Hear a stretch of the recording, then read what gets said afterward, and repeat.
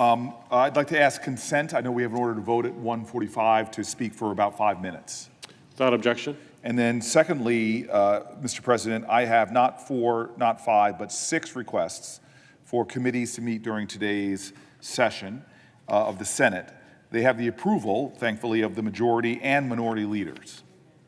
Duly noted. Thank you very much. Mr. President, this Saturday, March 18th, will mark the 60th anniversary of the unanimous and landmark Supreme Court decision in Gideon v. Wainwright, which held that every American has the constitutional right in criminal cases, regardless of their wealth and where they were born. They have a right fundamentally to public defense system that we know today. Before Gideon was decided, people accused of crimes were left to fend for themselves, having to navigate arraignments, plea bargains, jury decisions, trials, cross-examination of witnesses. Every part of the criminal prosecution, they had to do it themselves while facing government prosecutors who had the legal upper hand. Clarence Gideon was a 51-year-old with an 8th grade education who ran away from home in middle school. History describes him as a drifter who spent time in and out of prison for non-violent crimes. But history would also come to know him as someone who fundamentally transformed our legal system so that any person without resources accused of a crime has a due process right to a fair trial. And you can't have a fair trial without counsel. In 1961, Gideon was arrested for stealing $5 in change and beer, allegedly doing so from the Bay Harbor pool room in Panama City, Florida. As James Baldwin would write at the same time as Gideon's arrest, anyone who has ever struggled with poverty knows how extremely expensive it is to be poor.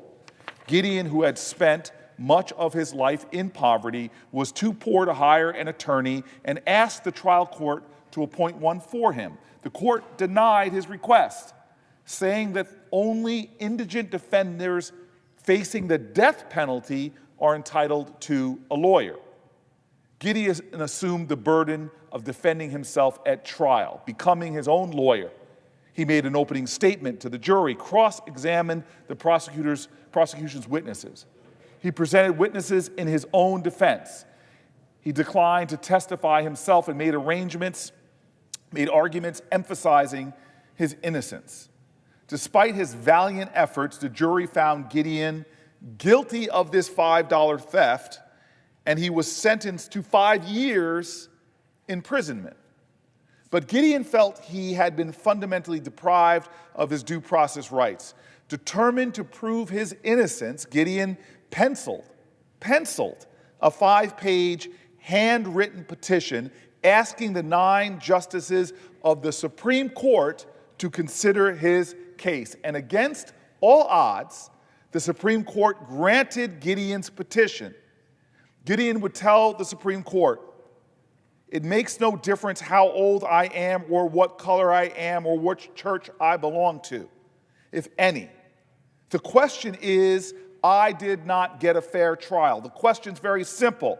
I requested the court appoint me an attorney, and the court refused."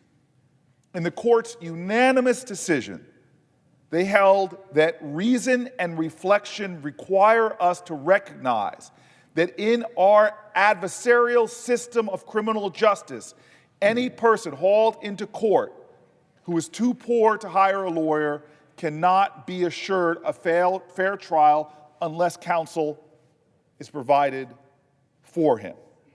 Gideon's case was sent back to the lower court where he had a lawyer to defend him. It took the jury only 1 hour to come to a verdict and acquit him.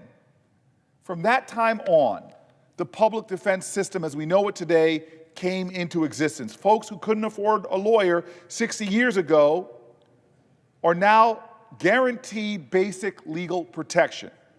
Public defenders play a sacrosanct role in our society. Every one of America's public defenders embarks on the noble work that is the cornerstone of our legal system, ensuring that every citizen has a right to a fair trial, every citizen has access to justice within the justice system. Yet the promise of Gideon, the promise of this decision still remains unfulfilled. The public defense system is under such strain that in many places it barely functions. Justice Black declared that lawyers in criminal courts are necessities, not luxuries.